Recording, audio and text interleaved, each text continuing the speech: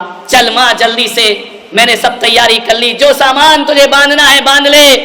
माँ कभी मकान को देखती है, कभी बेटे को देखती है। अरे बेटा जब छोड़कर चला गया था, इसी मकान ने उस माँ को पनाह दी थी। इस मकान की चार दीवारों ने जिसे जीवन दिया था, वह देख रही है मकान को, जिसकी एक एक ईंट को मैंने ऐसे संभाला है जैसे अबोध बच्चे को कोई माँ संभाला करती है। बेटा गया प्रॉपर्टी डीलर के पास और माँ यहाँ मकान की दीवार पर हाथ फेरती है। मेरे पति की अंतिम निशानी विधवा सावित्री जब उस मकान के बिकने की बात सुनती है, ऐसा लगता है जैसे कोई सीने से कलेजा निकाल रहा हो। लेकिन उसने सोचा कि जब बेटे के साथ जाना ही है, सच तो कह रहा है, एक ही तो मेरा बेटा है, और जब मैं वहां रहूंगी इस मकान की देखभाल कौन करेगा। आनंद फानन में औने पौने दाम में मकान बेच दिया गया, जितना पैसा मिला ले लिया, रजिस्ट्री कर दी गई दूसरे के नाम। अब माँ ने कहा चल बेटा मैं एक बात तो बता, मेरा पोता कितना बड़ा हो गया। माँ 4 साल का हो गया है, बहुत याद करता है, कहता है मुझे दादी से मिलाओ, मेरी दादी कैसी है। माँ की ममता उमड़ पड़ी, बच्चों से ज्यादा प्रेम माँ का अपने पोते पर हुआ करता है। बेटा ऐसा लग रहा है कि पंख लगा के मैं उड़ जाऊं। माँ पंख लगा के ही चलना है। बोले क्या मतलब? बोले हवाई जहाज हमारा इंतजार कर रहा है, चलो। बेटे ने बिठाया उसे कार में, एयरपोर्ट की ओर ले गया। एयरपोर्ट में जैसे ही पहुंचा, वहां बोला माँ तू इस चेयर पर बैठ, मैं जब तक बोर्डिंग के सब जांच करा लेता हूं, जाकर के वीजा वगैरह सब कंफर्म कर लेता हूं, तू इंतजार कर यहाँ बैठ। सुबह 9 बजे बेटा अंदर गया, 9 बजे से 10 बज गए, 11 बज गए, 12 बज गए, दोपहर को 3 बज गए। माँ इंतजार कर रही है। बगली क्या जाने अनपढ़, उसे क्या मालूम कि भीतर कैसी जांच चला करती है। वह उठ करके चेयर से एयरपोर्ट में जब अंदर जाने लगी, लोगों ने रोक दिया, तुम अंदर नहीं जा सकती हो। माँ ने कहा मैं क्यों नहीं जा सकती हूँ, मुझे अमेरिका जाना है, मेरा बेटा मुझे लेने आया है। अंदर देखो, मेरे बेटा पूरी जानकारियां ले रहा होगा, मेरा वीजा कंफर्म करा रहा होगा, पता करो। अंदर से आवाज आई, भीतर कोई पैसेंजर नहीं है। माँ ने कहा ऐसा नहीं हो सकता, मेरा बेटा मुझे यहाँ बिठा करके गया है, पता करो जरा।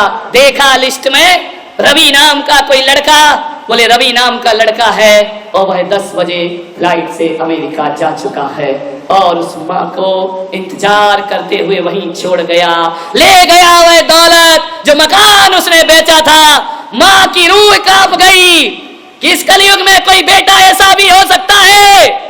अरे दुनिया को धोखा देने वाला क्या अपने माँ बाप को भी धोखा दे सकता है। कहते हैं मकान बेच करके पूरा पैसा ले गया, जो जेवर उस बूढ़ी विधवा माँ ने एकत्रित किया था उसे भी लेकर के हवाई जहाज में उड़ गई वो औलाद। माँ की आंखों से गर्म गर्म आंसू गिरे, गालों को छूते हुए शब्द मौन हो गए, ठिठकी सी रह गई वह माँ। ऐसा भी कोई लुटेरा इस धरती पर होता है?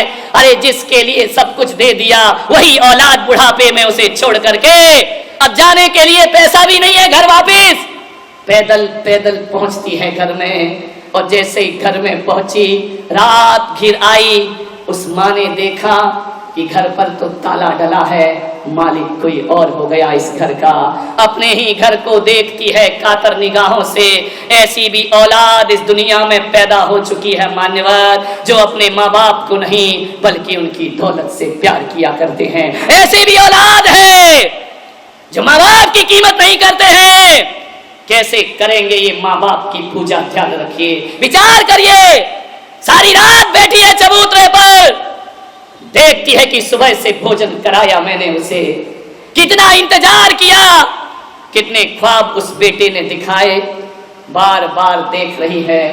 और कहते हैं उस रात अपने ही घर के चबूतरे में वह गुजारा करती है, रात वहीं सोती है। और ऐसी भी एक कहानी कहती है कि वह माँ विगत 6 महीने से उसी चबूतरे पर रात गुजार रही है। मकान मालिक ने कहा कि माँ तू छोड़ना अब क्यों आती है इस घर में, इस घर को मैंने ले लिया है। वह माँ कहती है अरे तेरी व्यवस्था हम कहीं और करा देते हैं। उसने कहा नहीं, मैं मरूंगी जीऊंगी इसी चबूतरे पर, क्योंकि मुझे विश्वास है कि एक दिन मेरा बेटा लौट कर जरूर वापस आएगा। इसी आस में मैं यहाँ पर जीती रहूंगी। बस मुझे कुछ नहीं चाहिए, इसी चबूतरे पर सोने दो, इसी चबूतरे पर रहने दो। कहते हैं उस मकान मालिक ने उस माँ की बाहों को थामा और कहा कि माँ तू चबूतरे में नहीं रहेगी, इतने सारे कमरे यहाँ हैं, एक कमरा में तेरे नाम करता हूँ। विचार करिए, कभी कभी अपनों में वो नहीं मिलता जो परायों में प्राप्त हुआ करता है। अपनी ही औलाद वो सुख नहीं दे पाती। जैसे ही उस मकान मालिक ने उसे पकड़ा, उसकी बाहों को अपने हाथों में लिया, उसे ऐसा लगा, इतनी जोर से उस बूढ़ी माँ ने उसके हाथ पकड़े कि जिसे चलना सिखाया वो छोड़ के चला गया। ऐसा पहली बार लगा कि परायों के भीतर भी कोई ना कोई दिल तो हुआ करता है, धड़कता हुआ। उसने कहा कि माँ एक कमरा ही नहीं, पूरा घर तेरा है। तेरा बेटा धोखा दे गया तो दे गया, अभी इस हिंदुस्तान से श्रवण कुमार मरे नहीं हैं, वो आज भी जीवित हुआ करते हैं। किस कृष्ण की पूजा करते हो, किस राम की पूजा करते हो, किस महावीर की आराधना करते हो? अरे कृष्ण को पूजने वालों, एक बात ध्यान रखना, कृष्ण तो ऐसी महान आत्मा नारायण इस धरती पर हुए जिन्होंने एक माँ को नहीं बल्कि 2 माँ को पूरे जीवन का संन्यास सम्मान सौंप दिया करते हैं। जगत में सिरमौर बना दिया। उन्होंने दुनिया से कहा कि जन्म देने वाली ही माँ माँ नहीं होती है, कोई पालने वाली यशोदा भी जगत जननी कहलाया करती है। ध्यान रखें, क्या करते हैं हम अपने घरों में? मान्यवर, कैसा हमारा घरों के वातावरण बन रहे हैं। मुझे बहुत पीड़ा होती है जब कोई बूढ़े माँ बाप मेरे सामने आंसू बहाते आते हैं। वह कहते हैं कि हमारी औलाद हमें पूछती नहीं है। मान्यवर, औलाद ना हो तो यही दुख होता है कि हमको संतान नहीं है, लेकिन संतान होने के बाद जब संतान उपेक्षा करती है, इससे बड़ा दुख दुनिया में कोई दूसरा नहीं। माँ बाप को जीवन में 2 बार दुख होता है। पहली बार तो जब बेटी घर छोड़ती है, तब पत्थर दिल बाप के सीने में भी आंसुओं की धारा बह जाया करती है। डोली पर जब बेटी बैठती है तो माँ बाप की छाती फटती है। और दूसरी बार दुख तब होता है जब अपनी ही औलाद, अपना बेटा मुंह मोड़ता है, तो माँ बाप के जीवन में इससे बड़ा दुख कोई दूसरा। क्या करते हैं हम लोग? जब हम छोटे थे, हमसे खाते पीते नहीं बनता था तो माँ बाप हमारा संरक्षण करते थे। सोचिए, आज के युवाओं से कह रहा हूं कि जब वो बूढ़े हो जाए और उनसे खाते पीते ना बने, तो क्या आपका फर्ज नहीं कि अपने माँ बाप का संरक्षण करो, अपने माँ बाप के ऋणों को अदा कर सको। बहुत परेशान हो जाता है वो जब वो बेटा समझाता है कि माँ बूढ़ी है, बुजुर्ग है, कोई बात नहीं, कह दिया तो कह दिया, क्या होता इसमें, क्या बुरा मानना। सुनो, माँ तुम्हारी है, तुम सुनो, हम सुनने वाले नहीं। अत श्री महाभारत प्रस्तुत करता गोदरेज। ध्यान रखिए, थोड़े से जीवन को बदलिए। हर बार वो पति से ही कहेगी और ये उसका हक है। ध्यान रखिए, समझने को तैयार क्यों नहीं होते हो? उसकी जिंदगी का मजिस्ट्रेट कौन है, उसके जिंदगी का जज कौन है? पति के लिए ही वह शादी करके आती है। ध्यान रखिए मान्यवर, मां की पीड़ा यह होने लगती है कि अब बेटे पर बहू का कब्जा होने लगा है। दर्द केवल इतना है कि बेटा हाथ से गया, बेटा क्या करे बेचारा। अब शादी के बाद भी तुम्हारे साथ शॉपिंग करने जाए क्या? शादी के बाद भी तुम्हारे साथ पिक्चर देखने को जाएगा? शादी के बाद एक आध बार चला भी जाएगा। कभी तो उसको अपनी पर्सनल लाइफ जीने दो। ध्यान रखिए मान्यवर, लोग कहते हैं कि बहुएं परेशान है, जहां तक मेरा अनुभव है बेटे बहुत परेशान हैं। यदि अपनी पत्नी की बात वो मां से शेयर करता है, पत्नी का पक्ष थोड़ा सा मां के सामने लेता है, तो मां कहती अच्छा 4 दिन की आई जोरू का, बेचारा करे क्या सुन के। यदि पत्नी का पक्ष ले लिया तो जोरू का गुलाम होता है, और पत्नी की ना सुने तो पत्नी कहती है अभी तक मां की उंगली पकड़ के चलोगे, बड़े कब होगे तुम।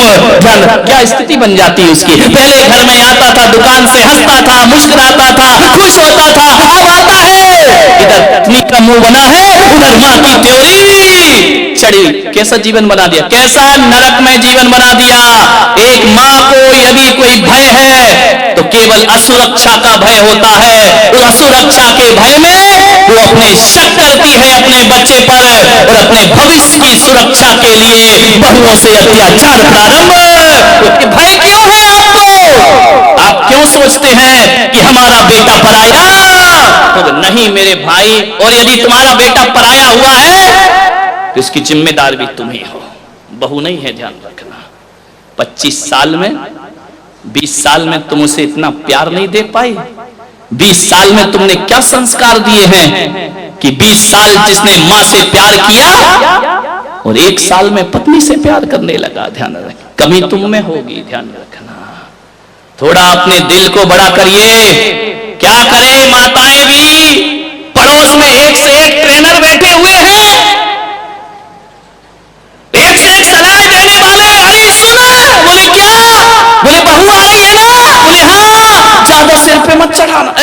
धत तेरे की, घर उसका, बहू, तेरे पेट में क्या हो रहा है ज्यादा सिर पे। आजकल यही होता है, मंदिरों में पद्म पुराण नहीं पढ़ती है, बुढ़िया पुराण ज्यादा पढ़ती है। कोई नहीं पढ़ता मंदिर में, महापुराण पढ़ रहा हो, खुला तो शास्त्र रहता है, बातें कोई और चलती रहती है। यहाँ शास्त्र खुला है, वहां 2 बैठी हैं। अब हालत तो बहुत खराब है मंदिरों के, मैं देखता हूँ। लोग कहते महाराज आप मंदिर में ज्यादा क्यों नहीं ठहरते हैं? मैंने कहा सिवा धर्म के और सब कुछ मंदिर में मिला करता है, इसलिए मेरा मन ज्यादा। बैठी थी, मैं जाके दर्शन कर रहा था, 2 अम्माएं बैठी आपस में बात कर रही, शास्त्र खुला पड़ा है, मंगलाचरण किया है, आगे का एक अक्षर नहीं पढ़ा है, शास्त्र खुला है। उसने कहा क्यों, तेरी शादी हो गई क्या लड़के की? बोले हो गई। अरे बोले तूने मुझे तो बुलाया नहीं। पुराण कौन सा रखा? पद्म पुराण। और पढ़ा क्या जा रहा है? बुढ़िया पुराण। ध्यान रखिए। बोले तूने मुझे, अरे अम्मा जी क्या करूं, नहीं भूल पाई, कार्ड तो भेजा था नहीं हुआ। अरे आजकल हमने कार्ड छपाना बंद कर दिए, अब तो मोबाइल में मैसेज। अरे तू भी पागल हो गई, मैं कभी मोबाइल देखती हूँ क्या? अब देखो पुराण कौन सा खुला है?